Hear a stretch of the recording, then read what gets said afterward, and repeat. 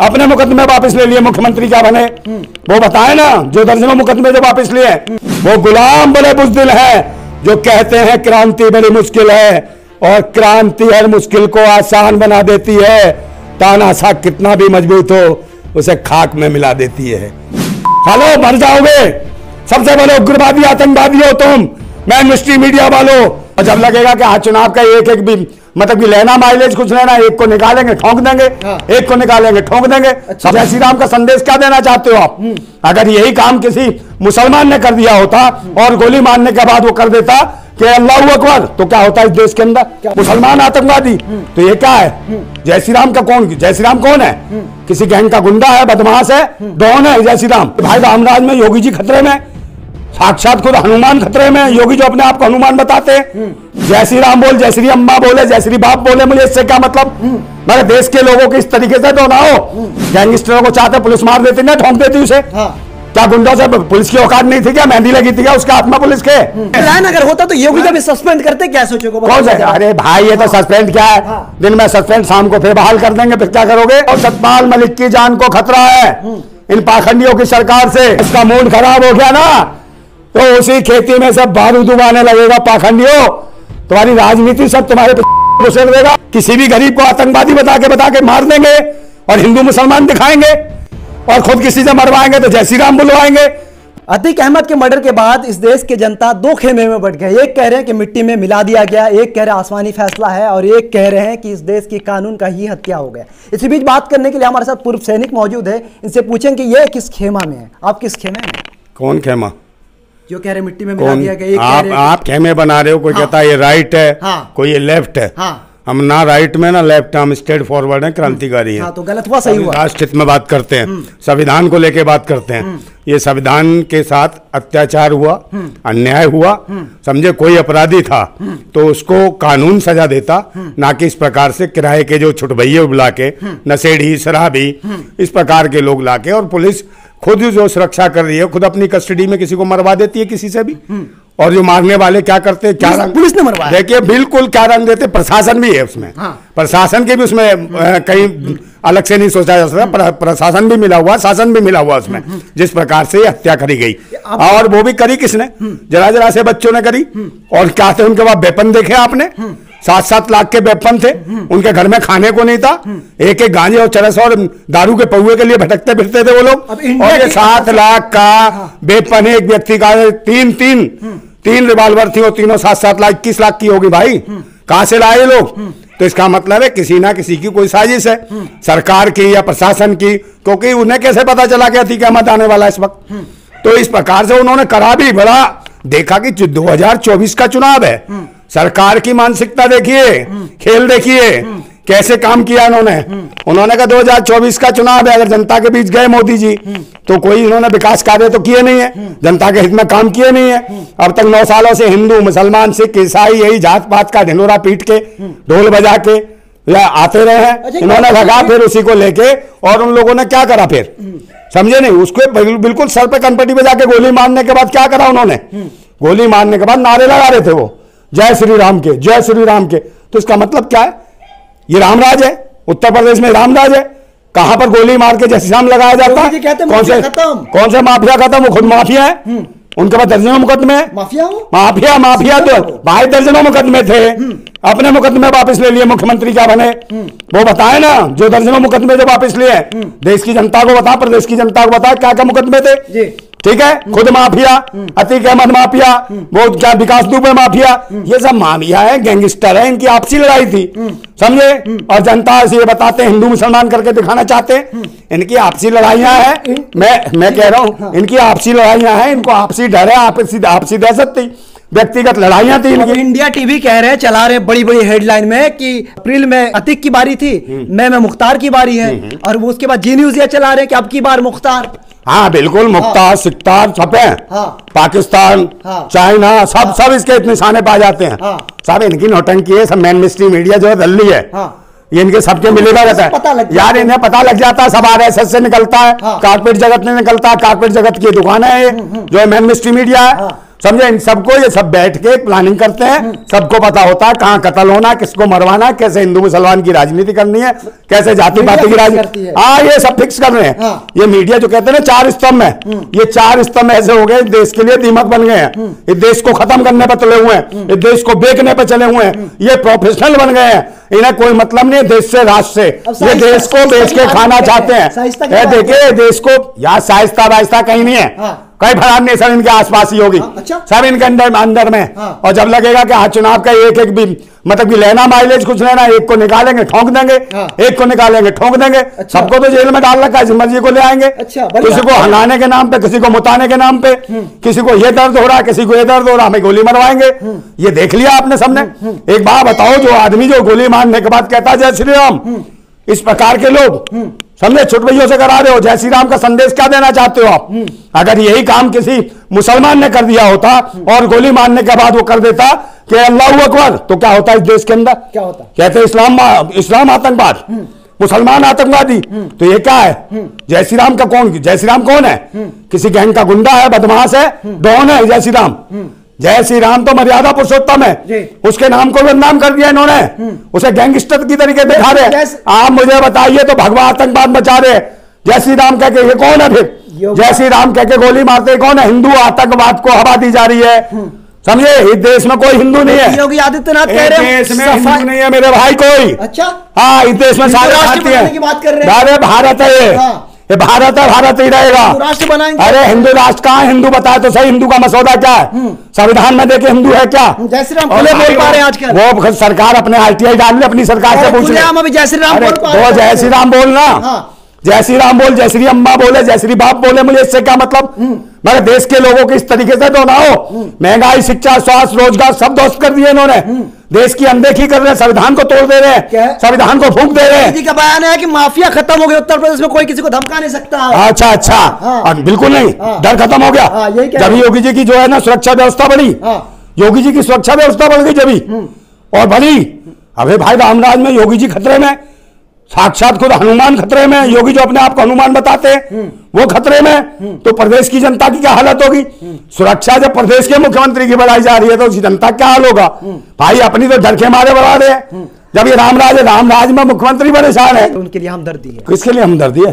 अतीक अहमद के। अरे मैंने कहा अतीक अहमद के लिए मेरे कोई दर्दी नहीं है, हमदर्दी।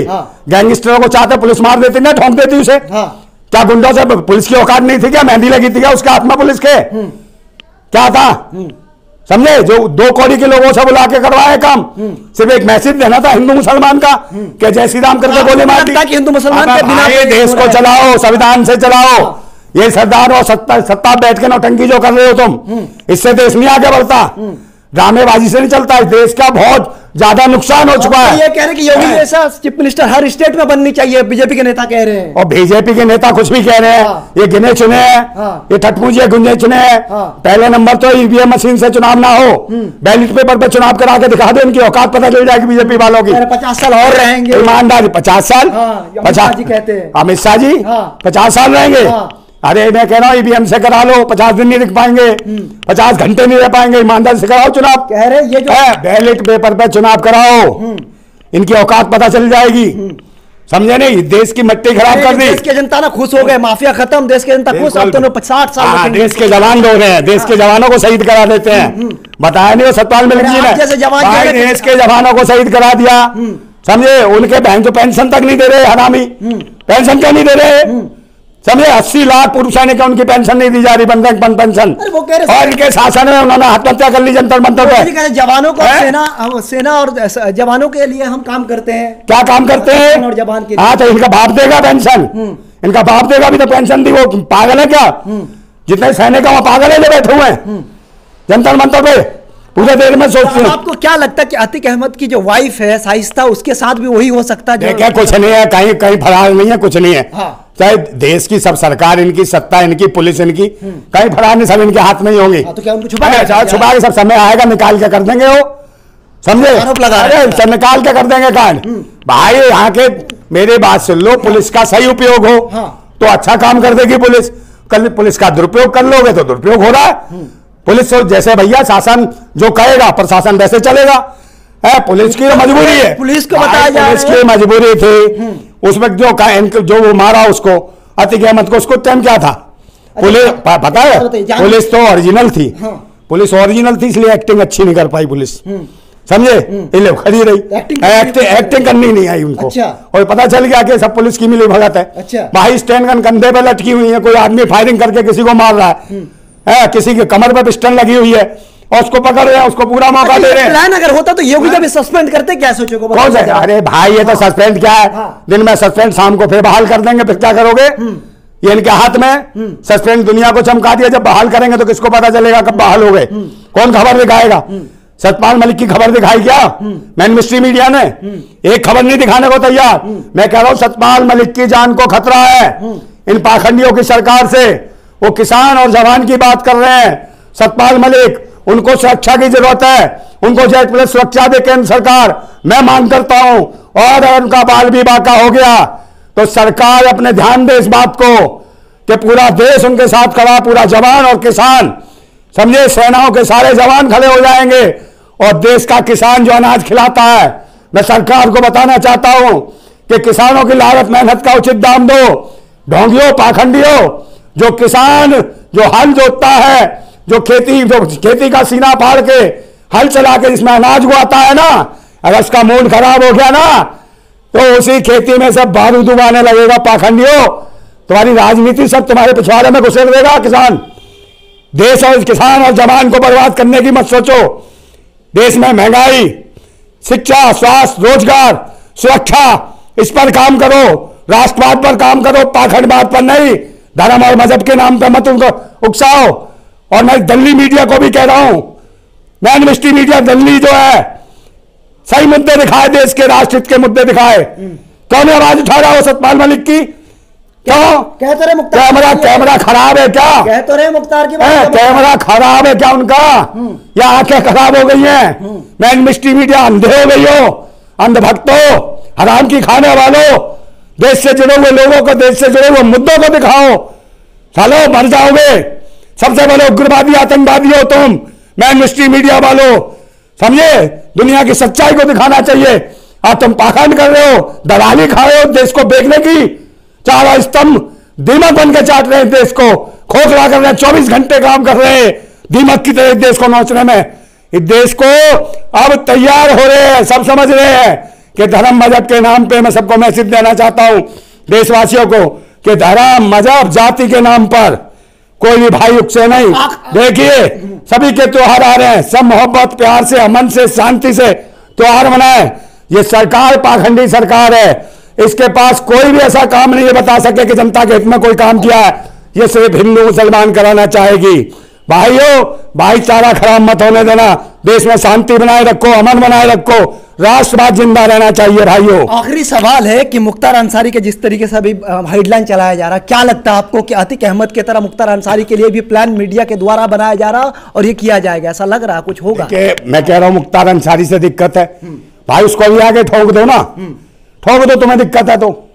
मगर तुम्हें माइलेज लेनी है, समझे? उसको दौड़ा के मरवाना है। मरवाना कब है? जब चुनाव के नजदीक होगा।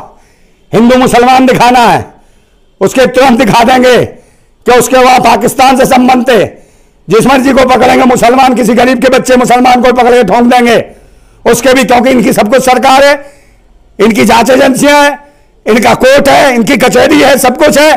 किसी भी गरीब को आतंकवादी बता के मार देंगे और हिंदू मुसलमान दिखाएंगे और खुद किसी से मरवाएंगे तो जय श्री राम बुलवाएंगे गोली मार के, समझेगा नहीं? ये पाखंडवादियों की सरकार है। आप अपने ये बताओ कि आपने विकास क्या करा राष्ट्र के लिए?